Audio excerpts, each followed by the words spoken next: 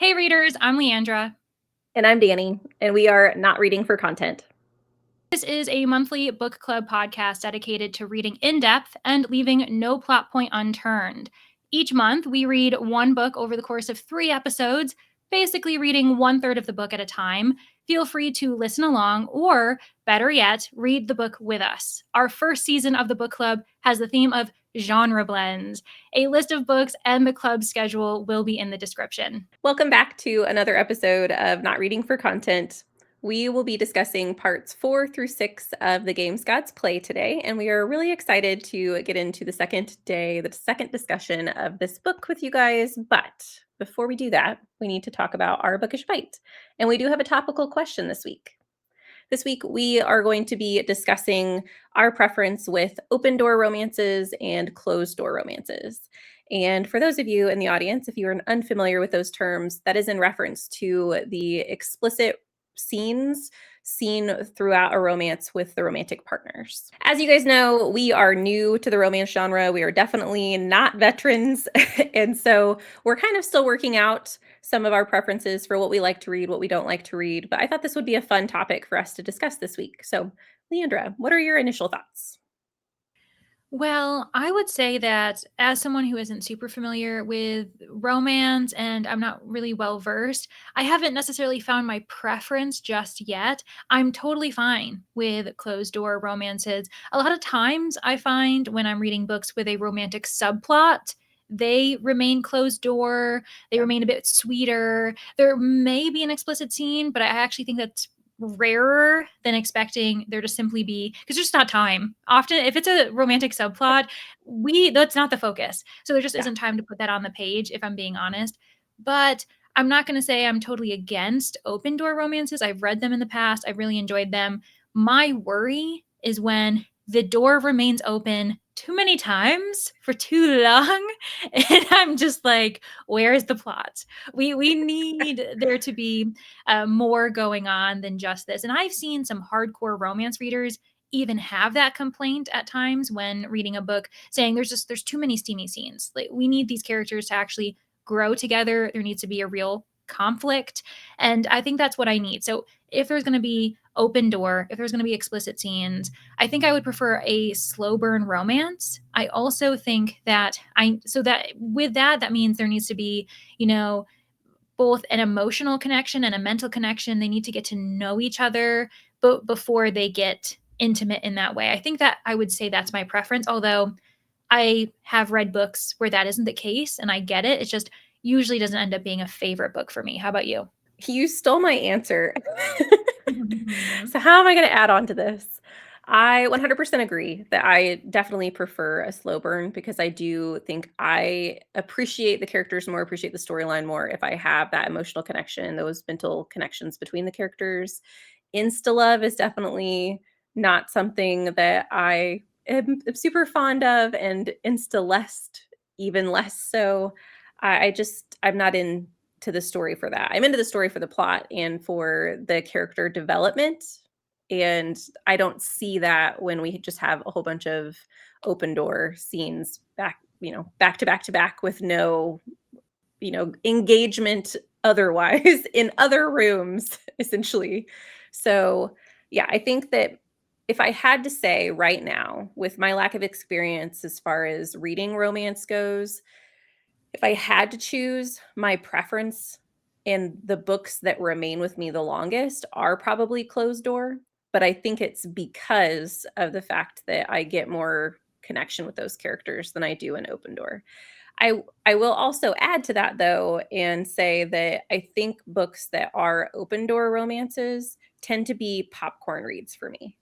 Depending on the length and the topics that we're covering within, I think I find them very easy to read, very consumable, but not very memorable. Yeah, that's a great point. I think that the popcorn read, it's not meant to be something we're looking in depth. We're not supposed to be trying to analyze the psyche of these characters, because it really is meant to be fast paced, surface level, and that's not a criticism at all. We really do need those popcorn reads in publishing. And yeah, they end up being super popular for good reason. There's a reason why these books end up being super popular.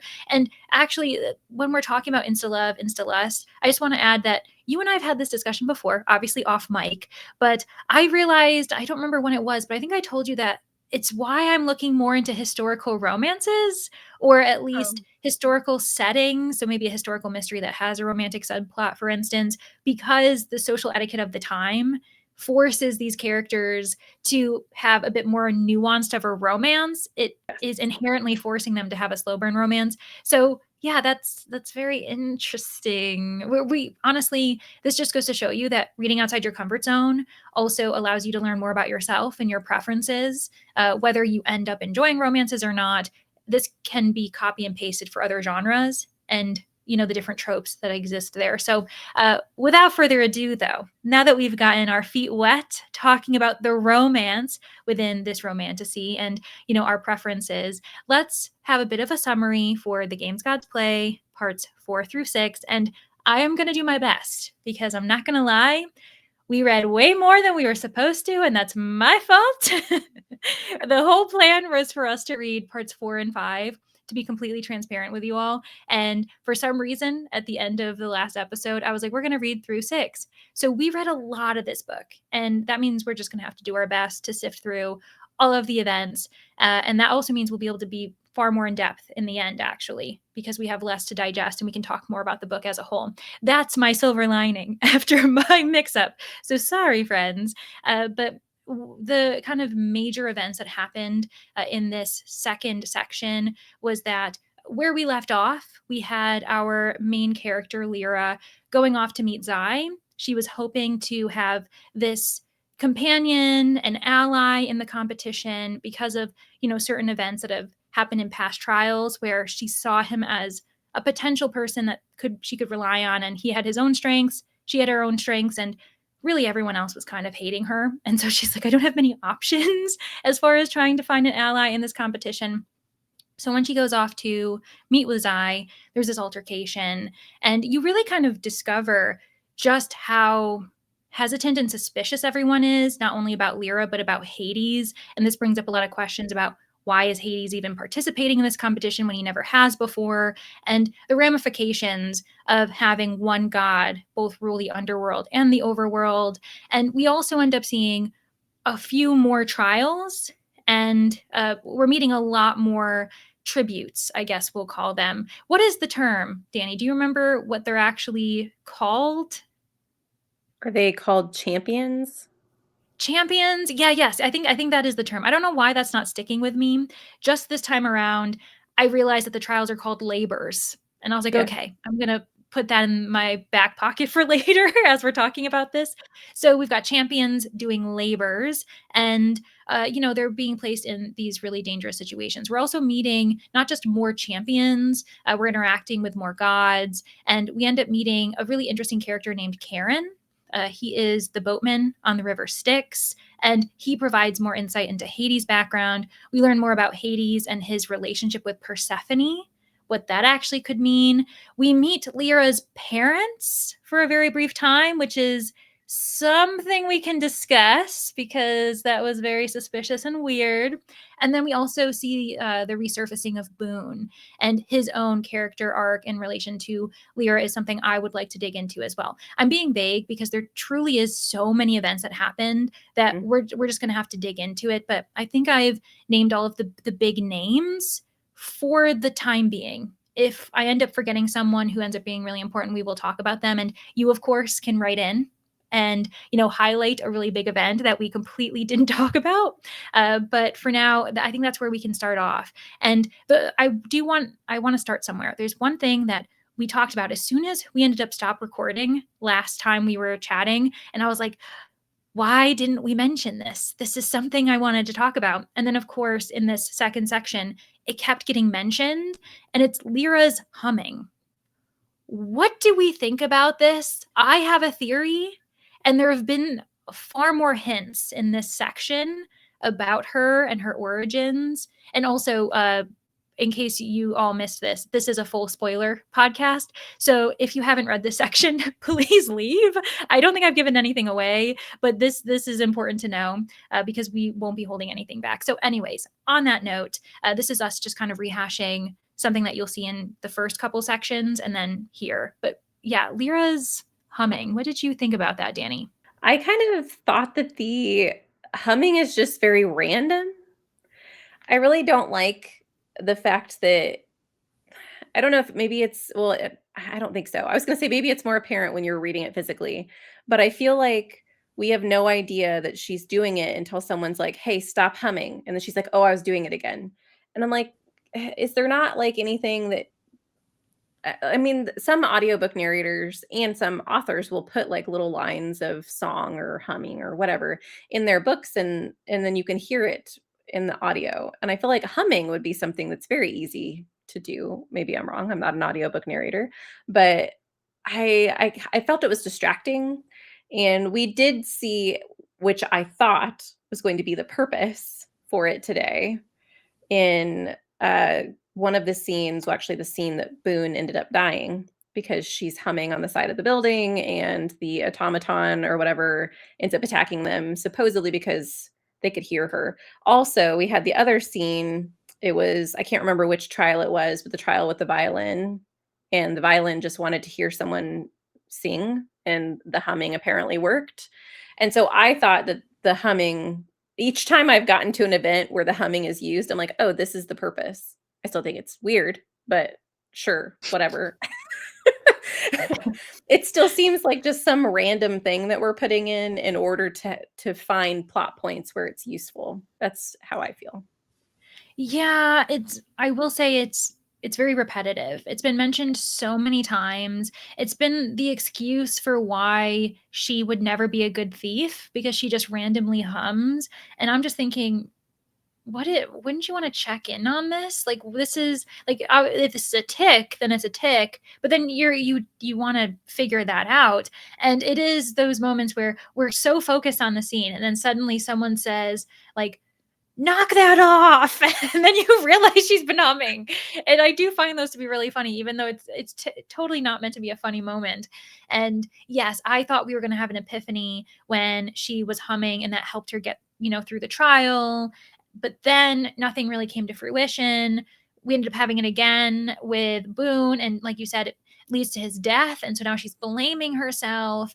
I feel as though my assumption is that she actually is some type of demigod or something, because, and I see you nodding for those who are just listening on audio, we're in agreement, just so everybody knows, because her name is Lyra.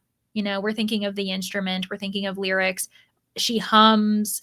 And then there was some mention where I think someone almost was going to, oh, even when she fell into the river, she was saying that as a human she really should have died, and for some reason she doesn't. And I also think there's an interaction where someone mentioned a demigod, and it was brushed over very quickly. And because this book is quite long and there's so many events going on, it feels as though it's being dragged out. I appreciate the footprint in the sand, but we have found X marks the spot for quite some time. Like, I am waiting for it to actually be addressed, because now it feels like the longer it happens, I begin to think, "Ugh, our character is stupid." Like, like, she, come on. I prefer when, I don't mind if I come to a conclusion a little bit before the protagonist, but I do think that they need to be with the times and have figured it out within a few chapters after I do, Yeah. because it's just dragging on forever. And then of course we're getting the fact that she was dropped off at this order of thieves at 3 years old. And we also, I'm going off the beaten path. We're going, into the woods, because this is a funny moment, but Boone ends up saying that the reason why they all whistle is because of Lyra. She came up with the system when she was 6 years old. I was like, all right, this is getting too far fetched. Like, what are we talking about? A whistling system? I also think the whistling system is kind of stupid. They literally do it in front of an entire crowd at this dinner. And I'm just like, if I was at that dinner, I would be thinking, these people are really weird. Like, they're clearly communicating in some odd way. And Yeah, I just think that whole thing is really odd, and the fact that we know that she's clearly not fully human, and the parents on screen were, obviously scammers in some way. Yeah. It will, and so it's the fact that she's a demigod, which I 100% agree. It's been mentioned multiple times, especially with the river Styx. I think it was Karen, maybe when Zeus, or not Zeus, when Hades was giving her his blood, and he was talking about like, I'm pretty sure it was in that conversation he mentioned that certain things happen with demigods. I can't exactly remember, but I do. When it happened, I was like, yeah, they're hinting at that. But we also have had hinted multiple times, and kind of, I feel like it's being shoved in our face at this point that her curse isn't real, Mm. because her conversations with Boone, especially within this section, because with Aphrodite's labor, they ended up having to involve people who, like, their most loved person, which I truly thought it was going to be Hades going in, but Me then they too. changed it to where it had to be immortal, and so of course it was Boone, which I thought was weird because I'm like, does she love him though, or is it like a childhood crush? Like, I kind of felt like that was a little. I don't really know that I like that. But their conversation, he talks about admiring her, and she's like, the entire time she's in her head, like self monologuing about how, like, that's not possible. He can't possibly love me. And it's just because he's in the overworld. And I'm like, no, he literally is telling you that he has admired you since you've been in the Order of Thieves. So that's not, I don't know. Like, I feel like at this point we've gotten so many hints that her curse isn't real that if it ends up being real, I'm gonna be mad. And it doesn't make it, like, the thing is if it's real, it's really poorly executed by the author because there are so many plot holes that suggest that it's not real. And if it is real, we're annoyed because, again, this character is coming off as being, very naive and dumb for not realizing this when all of us can very clearly see that. And I still get this icky feeling about it being attached to her self-worth.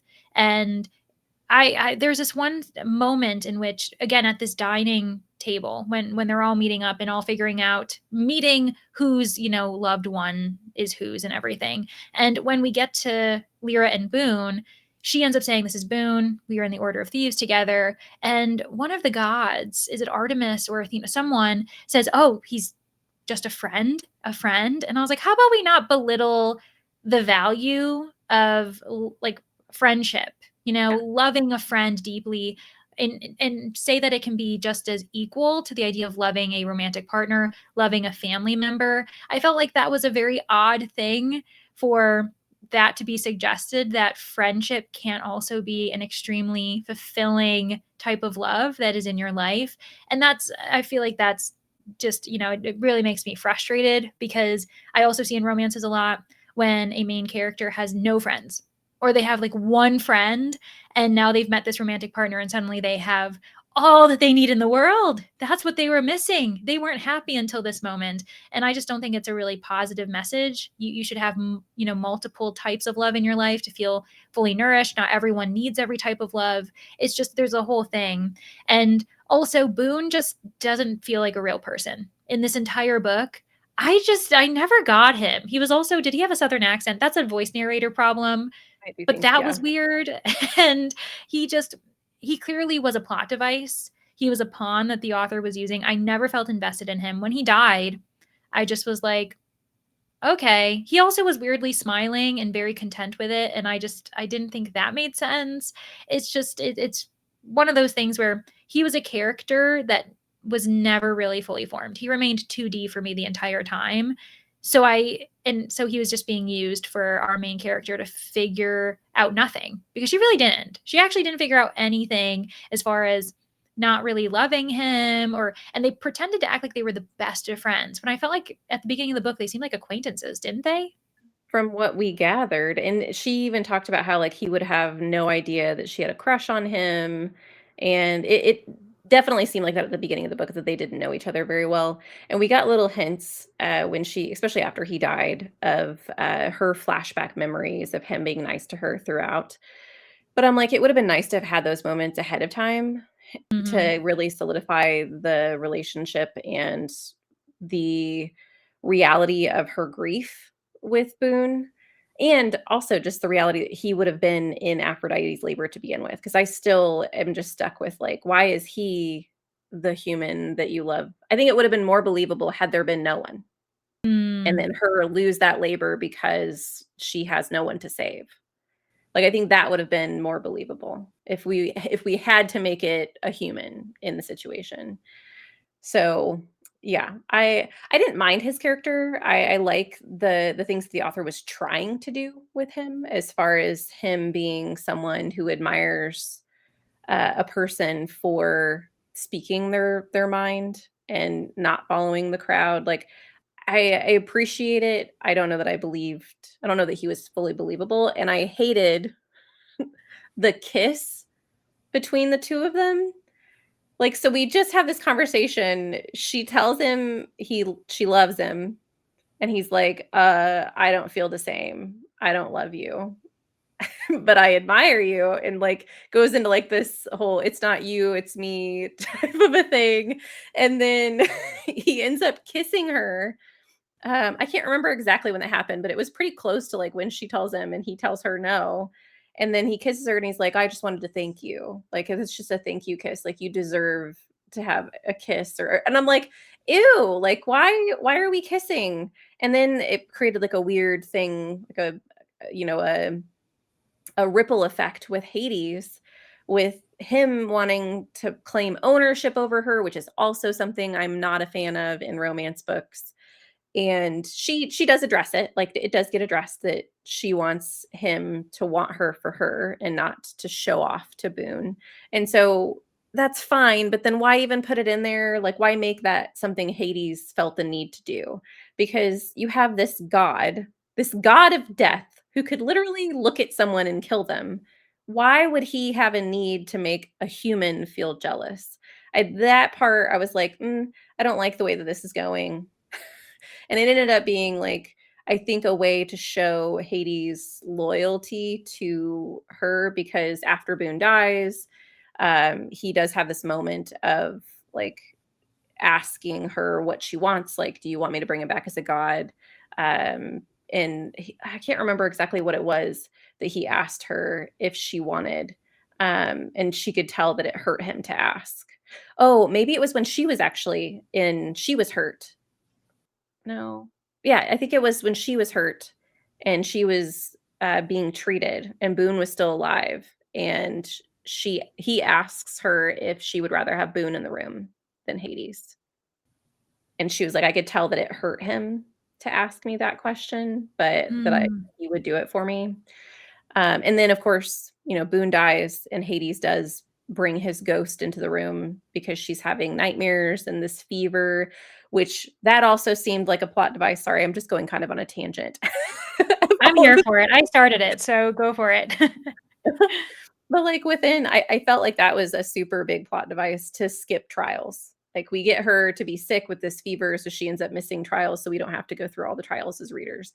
I absolutely, like, we talked about repetition, yes, or not, I was gonna say yesterday, but in the last episode, we talked about repetition and the fact that we could potentially get bored if we keep having to go through all these trials. And I think her illness was a way to prevent us from having so much repetition, even though I don't know that it's necessarily super successful in that, because I still think the book is very repetitive, but I don't know. That part, I was like, I feel like we're being rushed, but it's still taking forever, if that makes sense. Yeah, we're being rushed to stand still. Like, Yes. we are in such a hurry to get nothing done. And it is definitely a really strong criticism for this book, that it's so repetitive and you can see where the author is struggling to change it up. And I'm just thinking, this is your own doing. This is your fault for saying there needs to be 12 trials. You didn't need there to be 12 trials. I know it's because there's 12 gods and 12 champions. That didn't need to be the rule. It literally could have been, 6, 5, doesn't really matter. And then there's just this convenience of her getting sick for 2 weeks. And they're like, okay, let's catch you up. Here are the cliff notes. It's like, okay, fine. Don't even get to see a couple of these people die. And she's all like gut up about it and stuff. And I think the other issue is because the book is so long. We have so many tiny chapters and so many trials, so many characters, right? Because if there are 12 gods, 12 champions, and then all of these other side characters that aren't really, linked to the trials, you only can know them all at surface level. They all only get a little bit per page. So when there would be a mention that someone got severely hurt or ended up dying, I was not gutted. Yeah. Might have Bears. been. Exactly. I'm like, I'm literally in probably like 10 to 12 chapters gonna forget that you existed. Like, I'm so sorry. But you're not you're not gonna, be in my memory very long. You are an ephemeral character. And even if the deaths were gnarly, it just didn't really seem to be anything that would really stick with me. And speaking on that, I don't feel really any investment, even in our main characters, Lyra and Hades, their romance. I feel as though they haven't even spent that much time together. How long have these trials even existed? I feel as though the like depth of their emotions, of them feeling as though they know each other so well. I'm just thinking, you literally moved in with him a month ago. You don't, what do you mean? You don't know each other. I don't really, I struggle with timelines because of, trials and it being this really kind of crazy situation. But they definitely don't know each other that long for them to feel this crazy loyalty of them, knowing each other deeply. No. And even like getting jealous, I would say that there's no emotional connection between these characters in real life. Yeah, I would agree.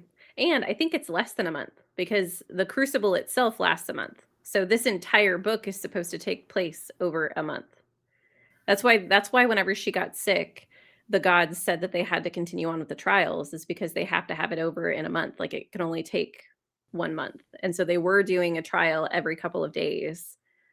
And yeah, so that was the reason that they had to continue on without her was And because they had she was sick. She was bedridden for 2 weeks yeah. for half of the amount of time allotted. She was Yeah. just in bed.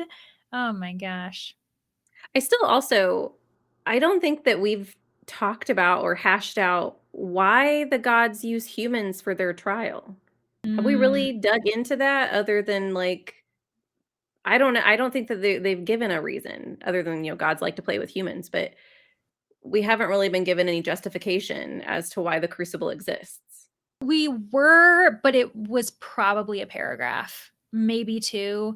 It was something really brief where there was this horrific battle war among the gods that was so terrible, and after that moment they decided that they shouldn't do it amongst themselves anymore and instead use humans. So that's literally the reason. I think it was maybe there was so much destruction, like geographical devastation, and it was so brief. It was maybe a couple paragraphs where it was mentioned. I don't even remember. They definitely had a name for it. But yeah, that's the only reason. And it's also like very arbitrary that it's every 100 years though, too. What's stopping them from doing it more recently? Yeah, I feel as though some of these things are quite arbitrary, or they're just very quickly addressed why they do it. And they're like, anyways, and there's not much world building when it comes to the fine details as to why society is designed the way it is right now. Yeah. And so to talk about something else that I disliked, because as soon as this happened, I thought that you would probably think of me in this moment because you know that I hate this trope. So Boone dies and she goes through, her immense amount of grief, goes through her illness, and she has all these nightmares about him dying. He stared at her the entire time he was falling to his death, which I also thought was kind of a weird moment, but whatever. But Hades essentially gives her an out and is like, I can bring him back. I can save him. And I'm like, I think that with Hades, especially because he is the god of death, authors have to be careful in giving him too much power, which I think this author attempted to do because the rule of thumb essentially is that Hades can only bring people back if he is the king of both the underworld and the overworld, because then he can bring someone from death to life and make them a god. So that I appreciated. But even with the deaths that have occurred, he has asked her if she wants him to make them, like, have a pleasant death, which I'm like, "Why do you have to ask that question?" Like, obviously, if she was a friend of these people who have died in the crucible, she's gonna say yes, and if that's the case, if they get a peaceful afterlife, why do we care if they died? Yeah, but and also, what is that? What's the point of all of the other, you know, trials that happened every 100 years? What's the point of this crucible happening before when none of these deaths needed to matter? It's a fine line to play around with that because it's like if you just bring everybody back, or if you give them these peaceful afterlives, why wouldn't you in the first place? What would their afterlife have been if it wasn't peaceful and lovely? What are you doing? I think that isn't very clear as far as how he runs the underworld. We see glimpses, but even there's this weird scene in addition to that where he comes back from a trial, like a court trial, where they're trying to decide how horrible this one person's afterlife should be because they're a sociopath, a serial killer. And apparently, the sociopathic serial killer's mother came to defend his soul and said it's because his father was abusive. And I was thinking, I beg your pardon? That we're going to blame that? And there was this question of, could this sociopathic serial killer had a different life? Could that have been a possibility? And Hades is just like, yep, yes. And I'm just like, that's not how psychology works. I'm sure that there is some link to this idea of being in an abusive household, but to suggest that, I was like, this is wild. What a weird, again, like one chapter scene, and then we just don't address it again. And that's it. So I feel as though in this second section, we have gotten a lot more about Hades and what he does without fully understanding, and also getting frustrated because it makes it a bit more confusing and ambiguous as far as Yeah. what his abilities are. And yeah, then the question is, what's the point of us caring about anyone? Because they're set. They're having a great afterlife. I don't know. It is this question of, then what was the, if I had felt pain, if I had felt an emotional tie, like any type of emotional response to these characters dying, now I'm like, well, that was wasted because actually they're totally fine. Well, and it could be, I mean, I guess there was a little bit of an implication of the fact that those people are obviously gone from your life, and so there's grief and loss in the sense that you don't get to see them anymore, but you know that they're at peace. But even that, I think, was kind of broken because he talks about when she gets sick and she is having her fever dreams or whatever, she wants Boone to come and visit her, and he's like, "That's not a good idea because," but he says, "When spirits are new, it's not a good idea for them to see people in their past lives because they can essentially become ghosts. They can get stuck in the overworld because they want to remain there, and then they don't get their afterlife." So it was kind of addressed, but that implies, with him saying that new people, new spirits to the underworld shouldn't see their past lives, that implies that if they're there for a long amount of time, that they can potentially see their loved ones, in which case you're taking away that grief element that I mentioned before. So I think Hades as a character is really interesting to read about because it's fun to see what authors decide to do with his abilities, but I also think that it's tricky because it does kind of negate some of the connection and emotional things, emotional bonds that we can form because of humanity. Yeah, that's a really great point, especially because retellings, reimaginings. We see this all the time with really pivotal, well loved, or at least intriguing characters that for some reason we just can't stop thinking about and we want to know more about. Hence why we see so many, especially nowadays, Persephone and Hades reimaginings, because we're kind of obsessed with the dynamic and how we can branch off from the original story, especially because the original story is obviously quite horrific, and now we can create this happily ever after and everything's fine. Let's forget the past. But like you said, when a character is so established, at least their abilities, right, this god who is very well known, how much can you tinker without starting to we're playing Jenga here. Like how many blocks can you Yes. remove and play around until it falls, and then you're like, this person doesn't make sense. This god no longer makes sense as far as what their makeup is. So I do think that that's really interesting, and we'll see moving forward how this ends up working out for him, and if we get any more explanations, if he's going to have to do that too, because there is obviously an acknowledgement in the end that at this point, because Lyra has lost so much time, she's missed so many trials, that she now, her only way to actually win is to win the next two labors, the final two labors. And she has a little bit of a meetup with all of the remaining champions and pretty much asks them, hey, can you guys let me win? Could you do me that solid? And there's a lot that happens off page, because I think we have this almost scene cut, scene change to them leaving her home. So there's no confirmation about what the plan actually entails and if it's going to, go off without a hitch. But we do know that there's been some planning, and Hades has agreed to these terms as far as if she wins, obviously he'll become king of the overworld as well, and then he'll be able to, treat everyone's loved ones that they've lost and the other champions well, and make sure that they have positive afterlives. So that is not necessarily where we left off, but we certainly haven't seen it come to fruition yet. It's going to happen in the next section. I don't know if I can trust that it's going to go well or not. I don't know if I am as invested enough in caring how it's going to turn out, but I'm sure something's going to go wrong. I don't know. There's too many characters to kind of be juggling. And then we can cover that, and then the one thing we might want to cover after is the topic that was the bookish bite, the explicit romantic scene that happened right at the end of this part. So you can feel free to respond to me when it comes to this like meetup of the champions, and then we can kind of address the open door situation.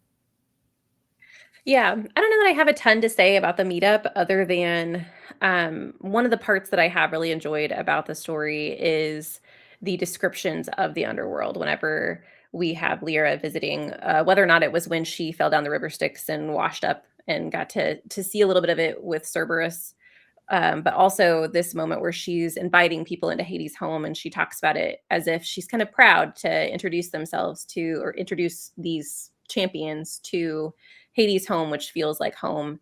And she talks about the different realms within the underworld and thinking that it would be uncomfortably warm. But she talks about how there are certain areas within this underworld, within this castle that Hades has created, that is like perfectly like the just the right amount of temperature, and it's dark, but it's also like there weren't stars in the sky because there isn't a sky, but she talked about how beautiful it was. And I could see a little bit of world building there that I did enjoy about hearing about the different levels of the underworld, the different things that people could enjoy. Even when she has the moment of like jumping into the pool, she talks about it being like silk on her skin. Like I liked the descriptions. That was something that I did enjoy. And yeah, I don't know that I have much to say about like the actual conversations that were had at the dinner, because I keep confusing the characters. The champions don't really like, I don't know that I care. I like Zai, I guess. Like he's the one that he kind of sticks with me, but I don't really know that much about him either. And I suppose Samuel kind of sticks out because he originally was against her and then realized after she saved, um, I don't remember which character it was, but she saves a character and Samuel realizes that he is on the wrong side of things. And so, like, there are little bits and bobs about the characters that I've appreciated. And I think that them I don't see them going for the deal. If the deal is truly just to let her win, and then, if they end up passing away, that they'll get a good afterlife, because so many of them have discussed that they are doing this for a purpose, because at the end they get some type of a boon. And so I don't know, I kind of feel like we're going to have Lyra fall flat on her face and she's going to end up getting betrayed at some point in time. But I don't know. We have a third of the book left, so maybe that won't happen. We'll find out, I suppose. Now, as far as the open door scene that we get to at the end, I do think that it was well done. Like I was not a lot of sometimes open door scenes can be a little cringy, and I do think that it was slow enough that you could see the impact that that moment was having on the two characters. But I don't think it was drawn out to where I was like, oh my gosh, get it on, get it over with. Like, let's move forward. I don't feel like I was feeling in a rush to get through those moments. And I did like the talk of essentially laying it all out on the table and her being like, this is what I want. I'm not playing games anymore. Like, you can take it or leave it, but this is what I'm leaving at your feet. And then her kind of having this moment of realization after she thinks he walked away that she was hurt and humiliated and she was trying to hold on to the humiliation because she didn't want to feel the hurt. And then obviously he walks up behind her and things pursue, but or things ensue, I should say. But I did like that moment of her kind of vulnerability with him. And what I didn't like is his suggestion that he can't give her more.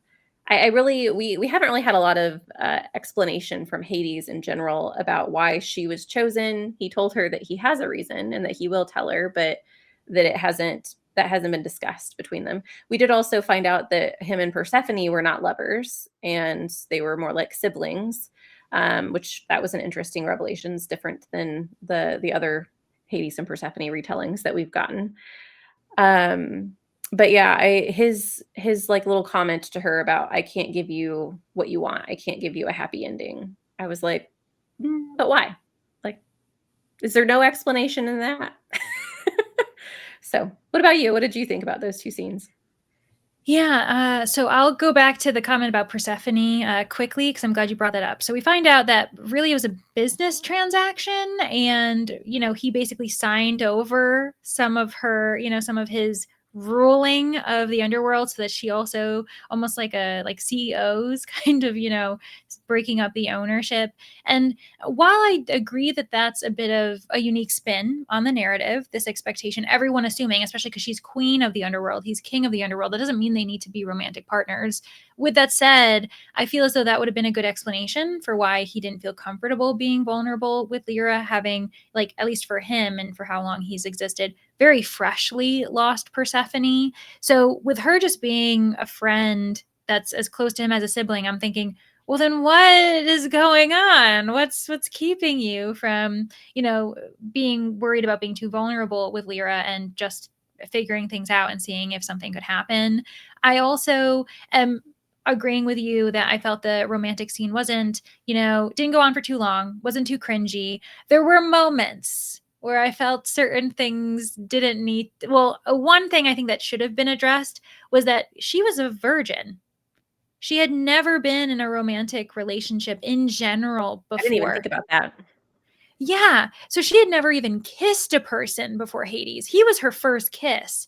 And so when this scene was happening, I'm like, we're not gonna, she's not gonna tell him. I was like, this is crazy. And I was waiting for him to maybe like discover this, and maybe that would be a conflict of, him realizing how big of a deal this is and this, being a concern.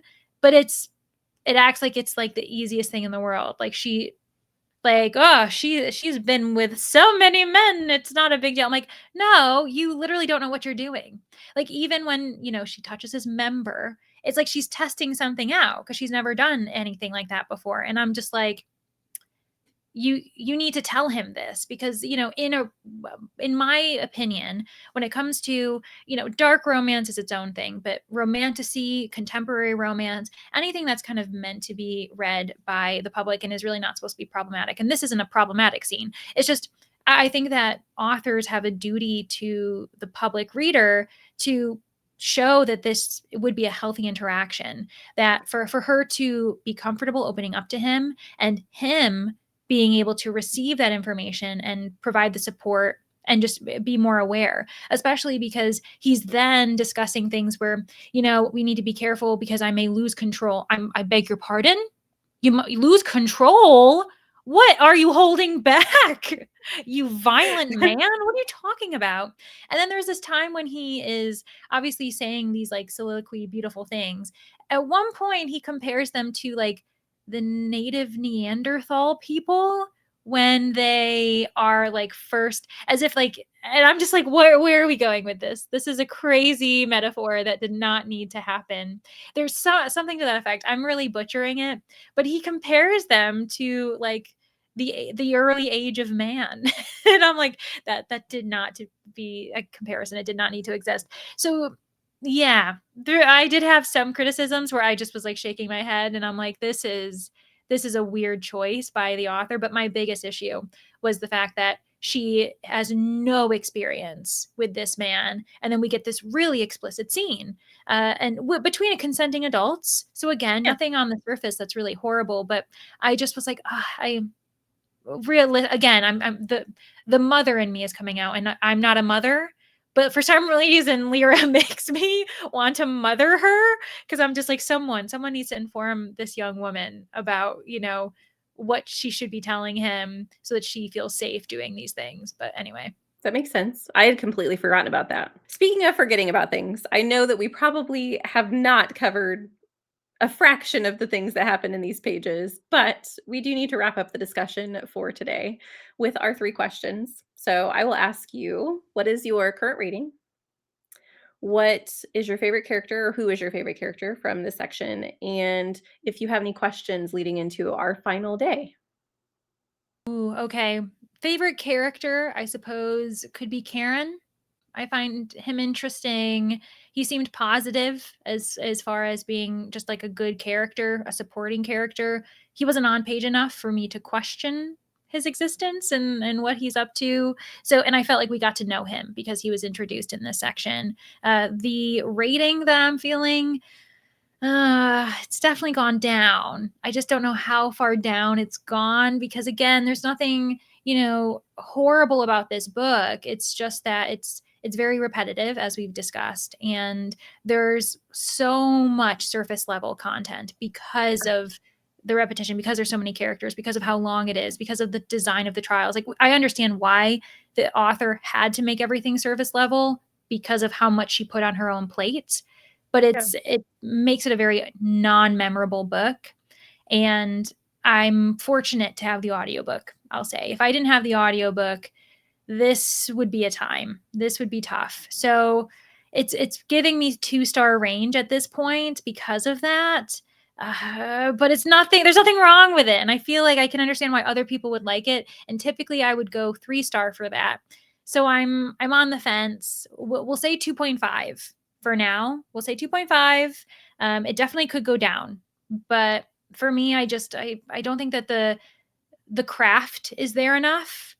I feel like the narrative writing style isn't very strong, and that's where I'm kind of like, I think it's actually lower than a 3, even though I probably could see other people liking it. And then my question is, are we gonna meet this Felix guy? We keep hearing him be mentioned, and I'm like, this has got to be the first time in his like we got to look up how often in history is a character named so many times but we never see him.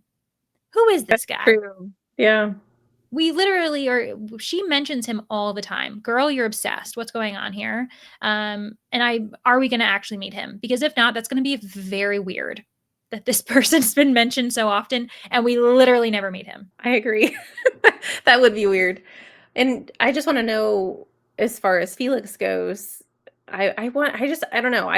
We need to know more about him. We also need to know because he's one of the ones who knew, like, the original or the, origin of the curse or whatever. Like, we need to know that backstory as well. So, yeah, we definitely we need more Felix and, like, and not just mentions of Felix. We need more details about Felix in the final third of the book.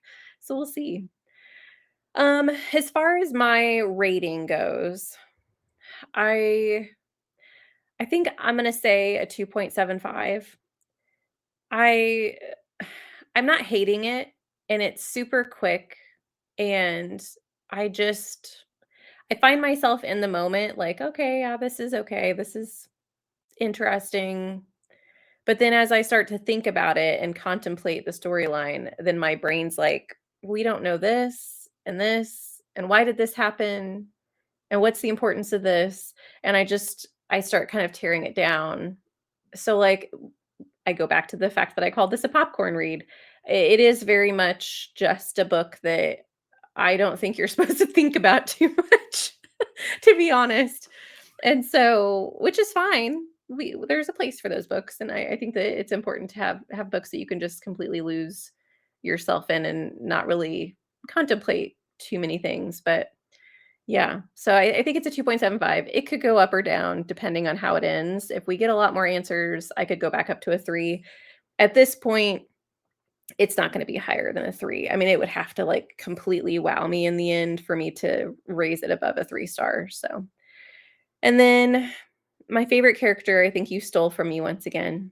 I Mwahaha. did like Well, Karen's last time I character. didn't. You got Cerberus, and I was like, That's "That's such a true. good one, I forgot." Yeah, yeah, yeah. So not this time. Well, this time I did, yeah. I do like Karen's character. I wish we'd gotten a little bit more time with him. And I guess, mentioning Karen, I will add a question about him. He keeps trying to tell her something while Hades isn't around.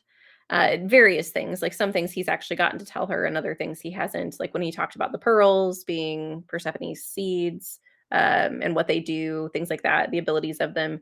But then we've also had a couple of scenes when she was coming back from her illness that he was like trying to tell her. I think he didn't want her to participate in the rest of the crucible. And Hades got really pissed off at Karen because of that conversation. And so there's definitely some oddities there.